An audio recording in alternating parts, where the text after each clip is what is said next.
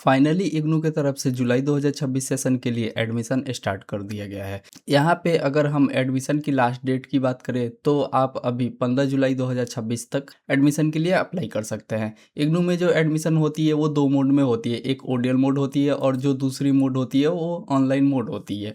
तो यहाँ पे दोनों ही मोड के पोर्टल का लिंक आपको वीडियो के डिस्क्रिप्शन बॉक्स में मिल जाएगा। तो इग्नू में एडमिशन लेने के लिए आपके पास पहले से ही यहाँ पे अपार आईडी होनी चाहिए। अगर आपके पास अपार आईडी नहीं है तो आप मेरी ये वाली वीडियो देख के अपनी अपार आईडी बना सकते हैं। इस वीडियो का लिंक भी आपको वीडियो के डिस्क्रिप्शन बॉक्स में मिल जाएगा। तो आज की इस वीडियो में हम कंप्लीट प्रोसेस देखेंगे कि आपको इग्नू में मास्टर डिग्री के लिए कैसे अप्लाई करना है। तो यहाँ पे एडमिशन के लिए अप्लाई करने के लिए सबसे ऊपर ही यहाँ पे एक लिंक मिल जाएगा आपको न्यू रजिस्ट्रेशन का, इस पे आपको क्लिक करना है। तो यहाँ पे आपकी रजिस्ट्रेशन फॉर्म ओपन हो जाएगी। तो सबसे पहले यहाँ पे आपको अपनी एक यूज़र नेम डालना है। यूज़र नेम आप कुछ भी डाल सकते हैं। उसके बाद आपको अपनी यहाँ पे ईमेल आईडी डालनी है। फिर यहाँ पे अपनी ईमेल आईडी को कंफर्म कर देना है। अच्छा, यहाँ पे एक बात का ये ध्यान रखना कि अगर आप एडमिशन कहीं और से करा रहे हैं जैसे साइबर कैफ़े या फिर किसी और से, तो यहाँ पे ईमेल आईडी जो देना वो आप अपनी खुद की देना। बहुत बार ये होता है कि साइबर कैफ़े वाले अपनी ईमेल आईडी डाल देते हैं तो बाद में स्टूडेंट्स को प्रॉब्लम होती है किसी भी चीज़ के लिए। तो यहाँ पे आप ध्यान ज़रूर देना कि आपको अपनी ही ईमेल आईडी यहाँ पे फिल करनी है। उसके बाद यहाँ पे अपनी पासवर्ड बना लेनी है। पासवर्ड को फिर यहाँ कंफर्म कर देना है। उसके बाद यहाँ पे आपको मोबाइल नंबर एंटर करना है। फिर से यहाँ पे मोबाइल नंबर को कंफर्म कर देना है। उसके बाद नीचे यहाँ पे ये कैप्चा फिल करना है। अगर यहाँ पे ये कैप्चा समझ में नहीं आती है, अगर इसको आपको चेंज करना है तो इस पे आपको क्लिक कर देना है। उसके बाद ये चेंज हो जाती है। उसके बाद यहाँ रजिस्टर पे आपको क्लिक कर देना है। तो आपके ईमेल आईडी पे एक ओटीपी चली जाएगी। वो ओटीपी यहाँ पे फिल कर देना है। फिर ये कैप्चा यहाँ पे फिल करके सबमिट ओटीपी पे आपको क्लिक कर देना है। तो यहाँ पे आपकी अकाउंट जो है वो सक्सेसफुली वेरीफाई हो जाएगी और आपकी जो ईमेल आईडी थी वो भी वेरीफाई हो गई है। अब यहाँ पे एक ऑप्शन आता है आपको अपनी अपार आईडी वेरीफाई करने के लिए। तो इसके लिए यहाँ पे आपको क्लिक करना है। उसके बाद यहाँ पे आपको अपनी 12 अंकों की अपार आईडी फिल करके कंटिन्यू पे क्लिक करना है। फिर आपके मोबाइल नंबर पे एक ओटीपी चली जाएगी। वो ओटीपी यहाँ पे फिल करके कंटिन्यू पे क्लिक करना है। उसके बाद आपको यहाँ पे अपनी कंसेंट देना है। यहाँ अपार आईडी के सामने इस बॉक्स पे आपको टिक कर देना है और नीचे यहाँ अलाउ पे क्लिक कर देना है। थोड़ा सा यहाँ पे आपको टाइम लगेगा प्रोसेस होने में। उसके बाद आपकी जो भी डेटा है वो अपार आईडी से यहाँ पे आ जाएगी। जैसे यहाँ पे आपकी अपार आईडी हो गई, उसके नीचे आपका नाम हो गया, उसके नीचे आपकी डेट ऑफ बर्थ हो गई, उसके नीचे आपकी जेंडर आ गई। तो यहाँ पे आपको अपनी डिटेल्स यहाँ पे चेक कर लेनी है कि सब कुछ सही है या फिर नहीं है। अगर सब कुछ सही है तो यहाँ पहले वाले पे टिक करके सेव एंड कंटिन्यू पे क्लिक कर देना है। अगर कुछ भी मिसमैच हो रहा है तो यहाँ नीचे वाले पे आपको एडिट डिटेल्स पे क्लिक करके अपनी डिटेल्स ठीक कर लेनी है। तो मेरे इस केस में सब कुछ सही है तो मैं यहाँ सेव एंड कंटिन्यू पे क्लिक कर दूंगा। उसके बाद यहाँ पे आपकी एडमिशन की जो फॉर्म है वो ओपन हो जाएगी। तो यहाँ पे एडमिशन की जो प्रोसेस है वो टोटल 8 स्टेप में कंप्लीट होने वाली है। तो यहाँ पहले स्टेप में आपको अपनी पर्सनल डिटेल्स फिल करनी है। सबसे ऊपर ही आपकी अपार आईडी से डिटेल्स आ जाएगी, जैसे आपका नाम, डेट ऑफ बर्थ और जेंडर। और राइट साइड में ये सेम डिटेल्स आ जाएगी जो आपके मैट्रिक या फिर 12th सर्टिफिकेट से ली गई है। तो ये दोनों ही यहाँ पे सेम टू सेम होनी चाहिए, कुछ भी मिसमैच नहीं होनी चाहिए। तो पर्सनल डिटेल्स में सबसे पहले आपको अपनी यहाँ पे मदर नेम फिल कर देनी है। फिर यहाँ पे आपको गार्जियन की रिलेशन सेलेक्ट करनी है, जैसे फादर, मदर या हस्बैंड, 3 ऑप्शन है। तो जो भी ऑप्शन यहाँ से आप सेलेक्ट करेंगे वो यहाँ पे आपको गार्जियन का नाम फिल कर देना है। उसके बाद यहाँ पे ऑप्शन आता है कैटेगरी की कि आप कौन से कैटेगरी से बिलोंग करते हैं। उसके बाद यहाँ सिटीजनशिप में इंडिया रहेगा। उसके बाद फिर यहाँ से आपको अपनी एरिया की टाइप सेलेक्ट कर लेनी है। फिर यहाँ पे अगर आप माइनॉरिटी कम्युनिटी से बिलोंग करते हैं तो आपको यस कर देना है, नहीं तो नो कर देना है। उसके बाद यहाँ से आपको अपनी रिलीजन सेलेक्ट कर लेनी है। फिर यहाँ पे आपको अपनी मैरिटल स्टेटस सेलेक्ट कर लेनी है, सिंगल है या फिर मैरिड है। फिर यहाँ से आपको अपनी सोशल स्टेटस सेलेक्ट कर लेनी है। उसके बाद यहाँ पे आपकी ईमेल आईडी जो आपने फिल किया तो वो आ जाएगी। अगर आप कोई अल्टरनेट ईमेल आईडी आप देना चाहें तो यहाँ पे फिल कर सकते हैं। मोबाइल नंबर भी वहीं से आ जाएगा। अल्टरनेट मोबाइल नंबर डालना हो तो यहाँ पे आप डाल सकते हैं। अगर आप पीडब्ल्यूडी कैंडिडेट हैं तो यहाँ पे यस कर देना, नहीं तो आपको नो कर देना है। फिर यहाँ पे एम्प्लॉयमेंट स्टेटस में जो भी यहाँ पे ऑप्शन दिए हुए हैं उसके अकॉर्डिंग आपको सेलेक्ट कर लेनी है। फिर यहाँ नीचे है स्कॉलरशिप की डिटेल्स। तो अगर आपको कहीं से स्कॉलरशिप मिलती है तो उसकी डिटेल्स यहाँ पे फिल कर देनी है, नहीं तो इसको आपको ब्लैंक छोड़ देना है। उसके बाद यहाँ पे आपको सबमिट बटन पे क्लिक कर देना है। तो आपने पर्सनल डिटेल्स में जितनी भी इंफॉर्मेशन फिल की थी वो सारे ही इंफॉर्मेशन यहाँ पे आ जाएगी। अगर आपको लगता है कि सब कुछ सही है तो यहाँ पे आपको नेक्स्ट कर देना है। अगर आपको यहाँ पे लगता है कि कुछ भी एडिट करने की जरूरत तो यहाँ एडिट बटन पे क्लिक करके आप अपनी डिटेल्स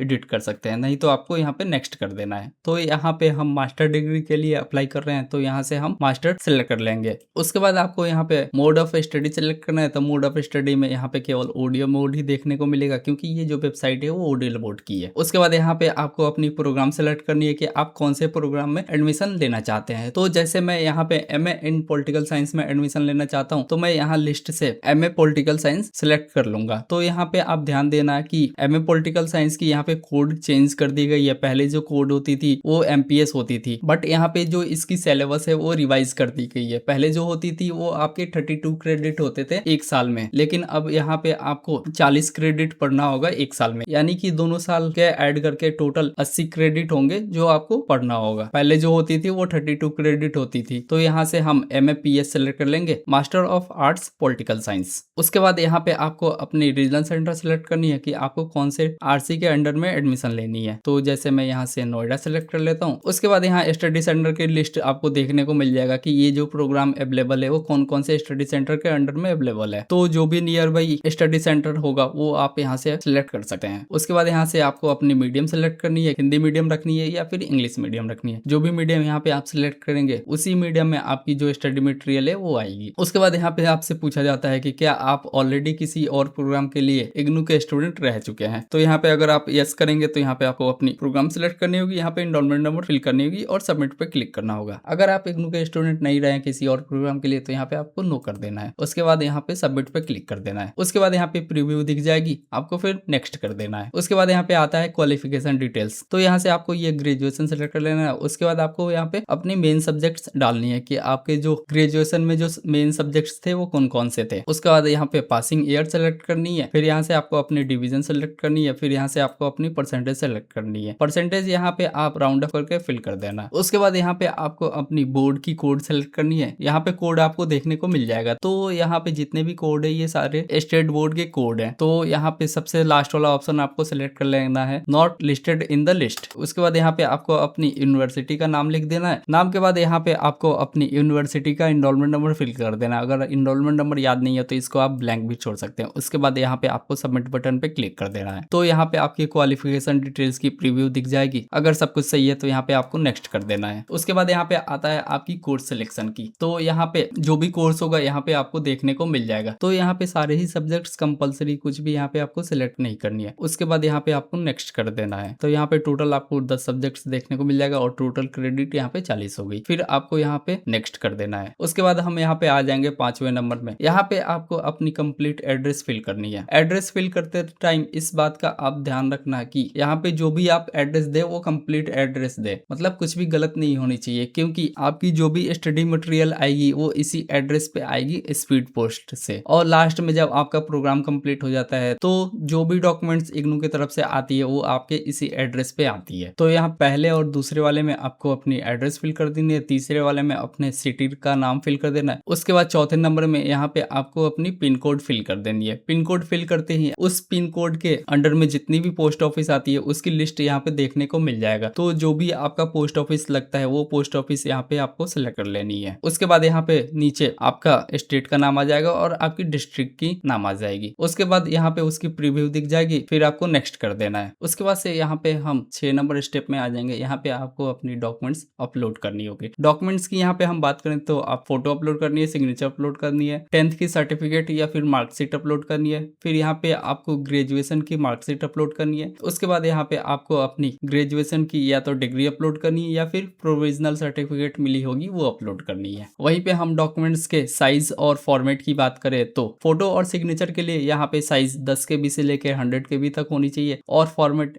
JPG या फिर JPEG होनी चाहिए। वहीं पे हम 10th की मार्कशीट, ग्रेजुएशन की मार्कशीट और प्रोविजनल सर्टिफिकेट की बात करें तो इसकी जो साइज होनी चाहिए वो 10 KB से लेकर 200 KB तक होनी चाहिए। और फॉर्मेट की बात करें तो आप JPG, JPEG के साथ साथ आप PDF फॉर्मेट में भी अपनी डॉक्यूमेंट्स अपलोड कर सकते हैं। अगर आपने वहां पे कैटेगरी में SC, ST या फिर दूसरे कैटेगरी से है तो यहाँ पे आपको उनके भी ऑप्शन देखने को मिल जाएगा। तो यहाँ पे डॉक्यूमेंट्स अपलोड करने के लिए सेलेक्ट फाइल पे क्लिक करना है। उसके बाद यहाँ से अपनी फाइल सेलेक्ट करके इसको ओपन कर देना है। तो यहाँ पे आपकी फाइल आ जाएगी और यहाँ पे एक ऑप्शन मिल जाएगा स्टार्ट अपलोड का, इस पे आपको क्लिक करना है। तो यहाँ पे अपलोड होके उसकी प्रीव्यू दिख जाएगी। ऐसे ही यहाँ पे आपको अपनी सारी डॉक्यूमेंट्स अपलोड कर देनी है और नीचे यहाँ अदर्स में कुछ भी अपलोड नहीं करना है। उसके बाद यहाँ पे नीचे आके आपको नेक्स्ट कर देना है। नेक्स्ट करने के बाद यहाँ पे हम प्रीव्यू वाले विंडो में आ जाएंगे। यहाँ पे आपको किसी भी स्टेप में अगर एडिट करने की जरूरत है तो उसके सामने यहाँ पे मॉडिफाई द सेक्शन का बटन आपको दिख जाएगा। जैसे अगर आपको पर्सनल डिटेल्स एडिट करनी है तो यहाँ उसके सामने ये बटन दिख जाएगा। वैसे ही यहाँ पे अगर आपको प्रोग्राम में कुछ एडिट करना है तो उसके सामने यहाँ पे मॉडिफाई द सेक्शन का ऑप्शन दिख जाएगा। इस पे आप क्लिक करके वो सेक्शन आप एडिट कर सकते हैं। तो यहाँ पे आपको सारी डिटेल्स एकदम अच्छे से चेक कर लेना है। अगर कुछ भी लगता है कि आपको चेंज करना है तो आपको यहीं से चेंज करना होगा। इसके बाद आप पेमेंट वाले पेज पे चले जाएंगे, वहां से आप कुछ भी चेंज नहीं कर सकते। और इस पेज के नीचे आने के बाद यहाँ पे आपको फी डिटेल्स भी दिख जाएगी। जैसे यहाँ पे हम प्रोग्राम की फी की बात करें तो 8,200 रुपए आपकी प्रोग्राम की फी हो गई। इसके साथ आपको डेवलपमेंट फी देना होता है जो कि 400 रुपए हुए और रजिस्ट्रेशन फी यहाँ पे 300 रुपए हुए। तो टोटल ऐड करके जो आपकी टोटल अमाउंट पे करनी होगी वो 8,900 रुपए पे करनी होगी। तो यहाँ पे अगर आपको लगता है कि सब कुछ सही है तो यहाँ बॉक्स पे आपको टिक करना है और accept and proceed for payment पे आपको क्लिक कर देना है।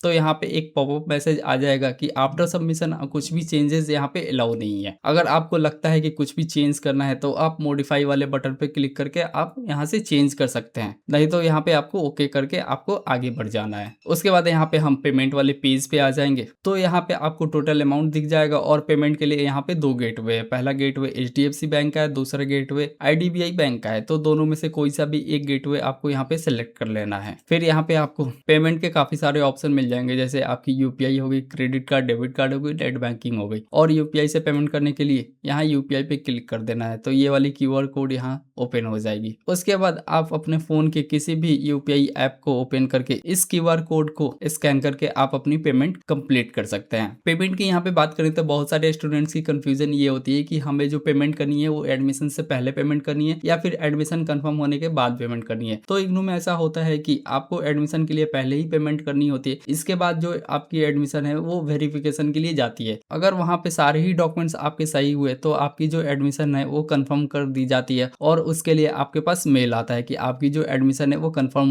हो गई है। और उसके बाद आपको अपना एनरोलमेंट नंबर दिया जाता है और आपको अपनी आइडेंटिटी कार्ड मिल जाती है। तो वहां पे पेमेंट करने के बाद कुछ इस टाइप की आपकी एक रिसिप्ट जनरेट हो जाती है। इस रिसिप्ट पे आप देखेंगे तो यहाँ राइट साइड में सबसे ऊपर आपको एक कंट्रोल नंबर देखने को मिल जाता है और जो भी डिटेल्स आपने फिल की थी वो सारे ही डिटेल्स इस पेज पे आपको देखने को मिल जाएगा। तो इस एप्लीकेशन फॉर्म को आपको डाउनलोड करके रख लेना है। उसके बाद आपको कुछ भी नहीं करना होता है, कोई भी डॉक्यूमेंट्स आपको कहीं भी जाके सबमिट नहीं करना होता है ऑफलाइन मोड में। बस आपको इंतजार करना होगा। कुछ दिनों का टाइम लग जाता है एडमिशन कंफर्म होने में। जैसे ही आपकी एडमिशन कंफर्म होगी आपके पास मेल आ जाएगा कि आपकी जो एडमिशन है वो कंफर्म हो गई है और ये रहा आपका एनरोलमेंट नंबर और वहीं पे आपको ID कार्ड डाउनलोड करने का भी ऑप्शन मिल जाएगा। तो आज के इस वीडियो में बस इतना ही। अगर आपको वीडियो पसंद आया होगा तो वीडियो को आप लाइक कर देना और हमारे YouTube चैनल को सब्सक्राइब कर देना। ऐसे ही रेगुलर अपडेट्स पाने के लिए हमारे टेलीग्राम चैनल को ज्वाइन कर लेना। टेलीग्राम चैनल का लिंक आपको वीडियो के डिस्क्रिप्शन बॉक्स में मिल जाएगा।